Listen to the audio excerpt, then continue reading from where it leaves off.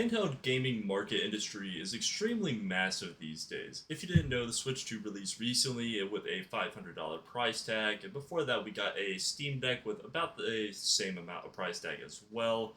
And of course, we've also had like the DS, the PSP, the original Switch. We've had so many handhelds over the years that it's kind of hard to just count them on one hand alone. And now, obviously, Xbox is making their own handheld as well that is apparently supposed to be able to compete with the best of the best. From my understanding, going into the Xbox handheld, it's going to be made by Asus. It's almost going to be like a mini computer in your hand, where you're going to be able to play Xbox games and Steam games alike, at least from what they're saying. And if I had to assume, this is basically just like a tiny Xbox, so we might even get something along the lines of maybe being able to like join Discord or to have like party chat, but obviously we don't know 100% on anything like that yet. The big thing that we've been seeing though is obviously there is going to be some backlash behind this. There's always backlash behind any handheld that has ever released. There was backlash behind the Switch 2 for being $500 and some of the TOS things. There's backlash behind the Steam Deck because obviously people thought it was copying the Switch 2. The $500 price tag was a little pricey, but over time, people like this stuff comes to grow on people. I'll say. Now, the Xbox handheld apparently had a price leak recently, which is saying that apparently the base version of the Xbox handheld is going to have a $700 price tag. And then the other version of it is going to have about a $1,000 price tag as well. And I can already imagine there hasn't been any backlash behind this yet from what I've seen, but I can already imagine there's going to be tons of backlash behind this. But I do kind of want to speak my mind on my perspective, right?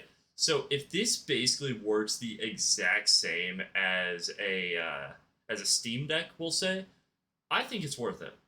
I think $1,000 price tag is perfectly fair because basically you're combining a Steam Deck that can play like console games essentially, and not just like console games in general, but like it has the Xbox exclusives and also is working very closely with Rogue and Asus, which in my opinion are two of the singular best companies when it comes to PC parts or like designing stuff to just be overall better when it comes to like gaming and optimization and stuff like that. Almost everything that I use personally is from Rogue.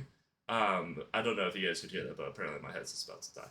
But yeah, so there's just a lot of good stuff behind Rogue and Asus in general. So I think this is kind of a W on their part, and it's also bulky too. Like this isn't a Switch 2 and this isn't a diss to the Switch 2. This is just saying, if you look at a Switch 2, it's like this thin, baby, right? Like about that thin. Where the Xbox handheld is like this. So it is like an actual mini computer. Now, where do I see issues with this going into it? Overheating instantly. The overheating is going to be kind of diabolical on this. It's going to be very similar to like holding an old DS, if I had to guess, with very, very minimal like ventilation. And since you're like holding it all of the time, there's also going to be a like very, very high level of I guess what you could say is like sweatiness that goes into it, right? There's going to be gunk and sweat and dirt and grime all over this thing. There's probably going to be pictures that come out on the internet of just them covered in dust because not from people not using them, but from the overuse. I mean, if anybody has played a console in their life, whether that's, PlayStation, Xbox, Nintendo, whatever it is, you know that over time, those little like joysticks and everything that they have tend to get very gross and end up wearing down. So I wonder how much it's going to cost to replace these parts, right? Because if you are looking at a $1,000 price tag, I'm hoping to replace a part, it's not going to be $50 to replace a singular part. I hope, if anything, it might be like, oh, to replace this part, it's like $5, And hopefully it comes with some like extra parts and stuff like that. I think something like this is really cool, though. It just in general, for mainly the Xbox exclusives, Like we have that new game that's basically just Pal World or Pokemon that Xbox is working on. The Halos, which would be a pretty big W. Obviously, you can play a lot of Halos on PC in general, but being able to like the idea behind this, right, is the same idea that the DS had. Being able to take it to your buddy's house and sit down and play it with your friend, essentially, or to take it on a train, or to take it on the bus, or something of that sort. Take it somewhere where you normally wouldn't be able to play those games, essentially. And people are going to collect this no matter what. And I think that it is a little bit pricey. I 100% do. I think anything that has over a $500 price tag for it is very pricey, especially when you know the parts are going to be pricey to replace after like a year or two. My biggest hope is for this though is since it is a Asus and Rogue kind of working on this, I'm really hoping that the optimization is like really great, right? I'm hoping we're not going to be saying, oh, you try to play Elden Ring, for example, and you're getting 5 FPS. I hope it's like, no, you try to play Elden Ring and it's like you're playing on a normal Xbox One. I think that'd be pretty cool. And then it would just become something where, in general, like I said, you just take it to your friend's house, or for parents like myself, like I grew up with split parents, so I know taking my console to my parents' house every single weekend was super annoying. So like I would take my PSP, like stuff like that, and I think that's where handhelds really shine above all is for moments where where you would need it really. So I think it's cool. I think it's very pricey, but I hope they justify the price by being like, okay, this thing's crazy. Okay, so here's apparently the parameters that they're talking about right now is a M.2 SSD drive, which basically just means they loads extremely quick. That's going to be anywhere from 512 gigs to 1 terabyte, which these days is anywhere from basically 5 games to 10 games, essentially.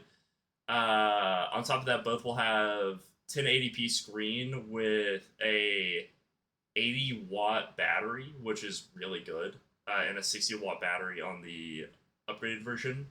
I think 1080p is kind of a scam.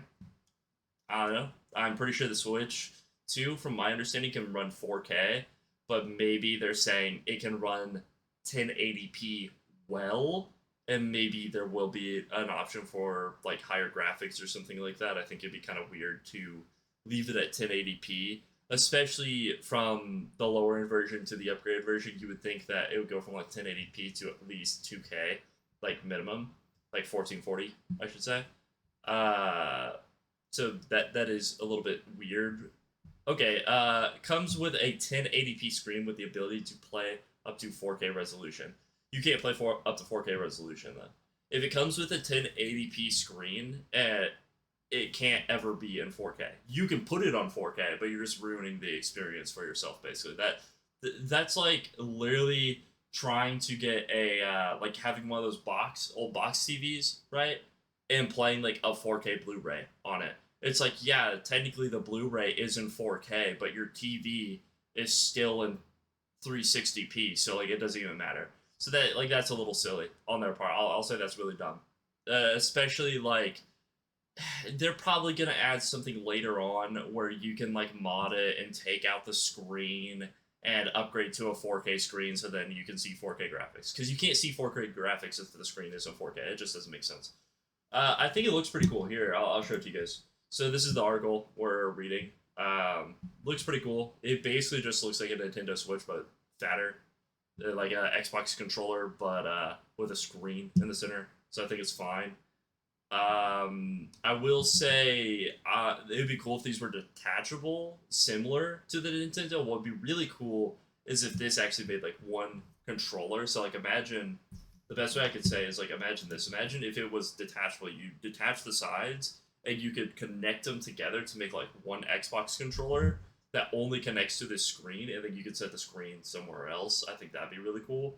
And then you could potentially have like the chance for like multiplayer or something like that. But I don't think they're looking at this for multiplayer. I think their main priority is for games like like storytelling games, essentially. Not saying it won't have online at all, just it's mainly for storytelling games. Same thing with like when you play the Switch, right? when you play the Switch by itself, it's mainly for single player use, but it still has the ability to play multiplayer, even if the multiplayer experience is kind of mid on like that tiny screen. That's why they have like that Switch 2 hookup where you can like plug it in and like play it to a bigger screen, so that way it's more enjoyable in multiplayer. Yeah, let me know in the comments below though what you guys really think about. I guess that this handheld. Are you guys going to be getting this $700 to $1,000 Xbox handheld, or would you prefer to just buy a regular Xbox if you're even interested in Xboxes in the first place? But yeah, that's what I wanted to talk about today, and I hope you guys enjoyed. Have a wonderful night. Peace.